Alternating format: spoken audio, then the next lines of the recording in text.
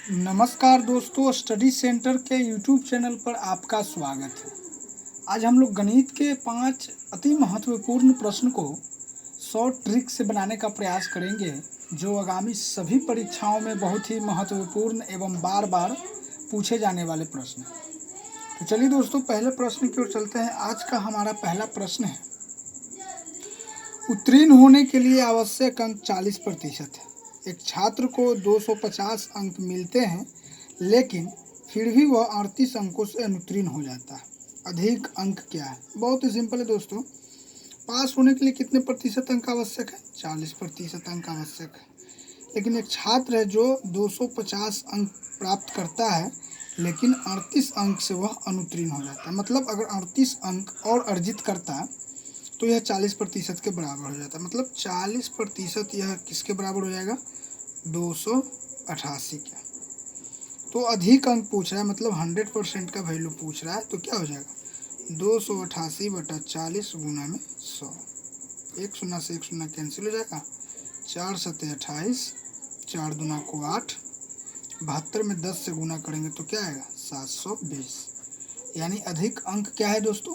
720। तो देखेंगे 720 किस ऑप्शन में है, तो ऑप्शन नंबर ए जो है वो सही हो जाएगा। तो मैं उम्मीद करता हूं दोस्तों, यह प्रश्न आप लोगों को बहुत अच्छे तरीके से समझ में आ गया होगा। और यदि इस प्रकार के प्रश्न आपके किसी भी परीक्षाओं में अगर पूछे जाते हैं तो आप बहुत ही आसानी से सॉल्व कर सकते हैं। चलिए अगले प्रश्न की ओर चलते हैं। हमारा अगला प्रश्न है, एक विवाह समारोह में 32% महिलाएं, 54% पुरुष और 196 बच्चे हैं। उस विवाह समारोह में कितने पुरुष? बहुत ही सिंपल है दोस्तों। मतलब विवाह समारोह में कितने परसेंट लोग उपस्थित हुए? 100%। अब इस 100% में दोस्तों 32% महिलाएं हैं और 54% पुरुष है। सॉरी दोस्तों, पुरुष है और बाकी 196। तो 54 और 32 को जोड़ेंगे तो क्या आएगा? 4 2 6 5 3 8, यानी 86%। बचा कितना? 14%। तो यह 14% किसके बराबर है? 196 के। अब हमसे पूछ रहा है दोस्तों कि कितने प्रतिशत पुरुष है, तो 54% पुरुष है। तो बस क्या हो जाएगा? 196/14 गुना में 54। ये 14 से 14 बार में कटेगा। 54 में 14 से गुना कीजिएगा दोस्तों तो 756 आएगा। यानी उस विवाह समारोह में कुल पुरुषों की जो संख्या है दोस्तों वो 756 है। तो देखेंगे किस ऑप्शन में है, तो ऑप्शन नंबर ए जो है वो सही हो जाएगा।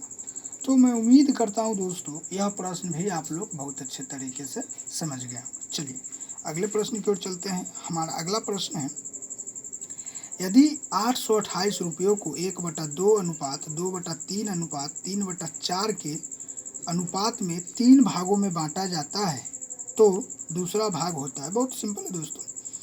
किस अनुपात में बांटा गया है? 1/2 1/2 अनुपात 2/3 अनुपात 3/4। अब यहाँ से क्या करेंगे दोस्तों? 2 3 4 का एलसीएम लेंगे तो 12 आएगा। तो 12 में इससे जब गुना करेंगे तो क्या हो जाएगा? 6/8/9 ये हो जाएगा।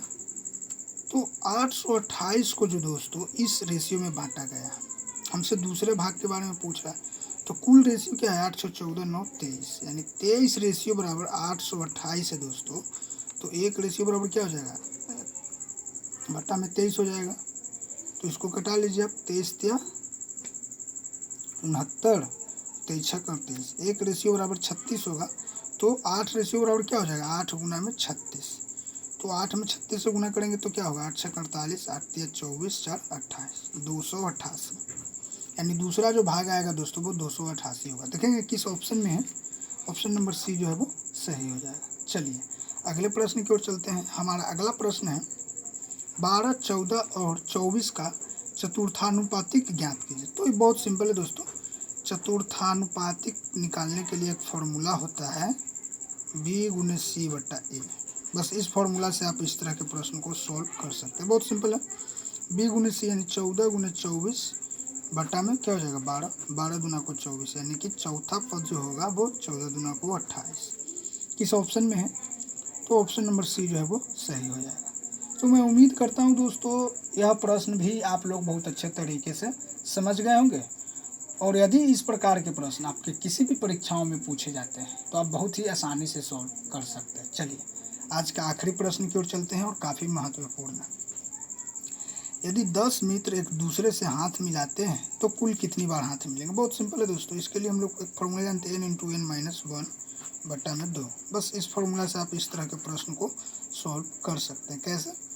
तो n का जगह 10 हो जाएगा, 10 × 10 - 1/2, ये 2 × 5 = 10, 5 गुना में 10 में 1 घटाएंगे 9, यानी कुल 45 बार हाथ मिलेंगे। देखेंगे किस ऑप्शन में है, ऑप्शन नंबर ए सही हो जाएगा। तो मैं उम्मीद करता हूँ दोस्तों आप लोग सभी प्रश्नों को बहुत अच्छे तरीके से समझ गए होंगे और इस तरह के प्रश्न अगर आपके किसी भी परीक्षा में पूछे जाते हैं तो आप बहुत ही आसानी से सॉल्व कर सकते हैं। तो ध्यान रहे दोस्तों, स्टडी सेंटर के यूट्यूब चैनल को सब्सक्राइब ज़रूर करें और नोटिफिकेशन बेल को ज़रूर दबाएं ताकि वीडियो जो अपलोड होते हैं उसका लिंक सबसे पहले आप तक पहुंचे। और वीडियो को जितना जल्दी हो सके लाइक और शेयर कीजिए, जिससे कि आपको अधिक से अधिक विद्यार्थियों को इसका लाभ प्राप्त हो सके। और हमारी क्लासेस डेली चलती है दोस्तों, तो हमसे जुड़ने का प्रयास करें।